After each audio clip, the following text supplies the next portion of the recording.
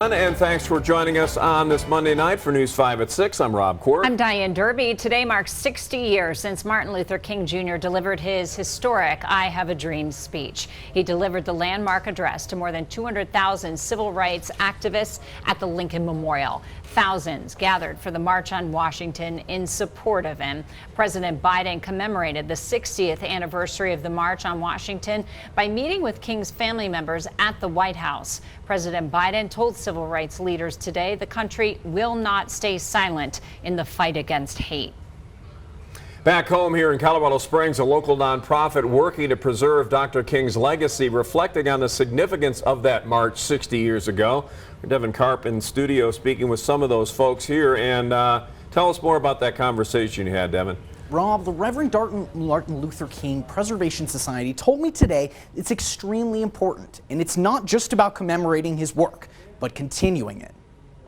I have a dream. 60 years ago today, those three words helped spark a revolution for civil rights and became one of the most iconic speeches of the 20th century. I actually got to recite the I Have a Dream speech. I did it 3rd grade, 5th grade, 8th grade. Minister Earl Schaefer Jr. says this day is monumental when in 1963, 250,000 people marched in Washington, D.C. for jobs and freedom. The dream of Martin Luther King was that we're responsible for each other, that we're helping each other, that we're standing hand in hand. Shirley and Earl work at the Reverend Dr. Martin Luther King Jr. Preservation Society in the Pikes Peak region and say while his work was historical, it's not ancient history. We're only 60 years outside of truly being free as an African American person in this country.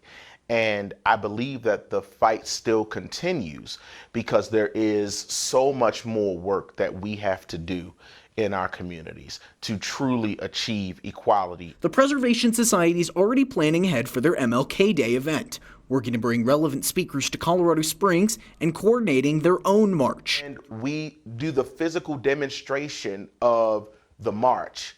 And that is a reminder of how we used to get things done.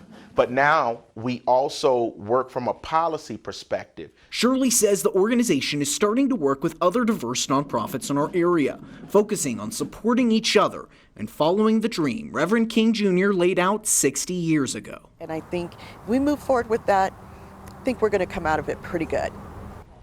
Now, that march is happening in January on Martin Luther King Jr. Day. Organizers want to stress that anyone is welcome, regardless of who you are or how you identify. Diane?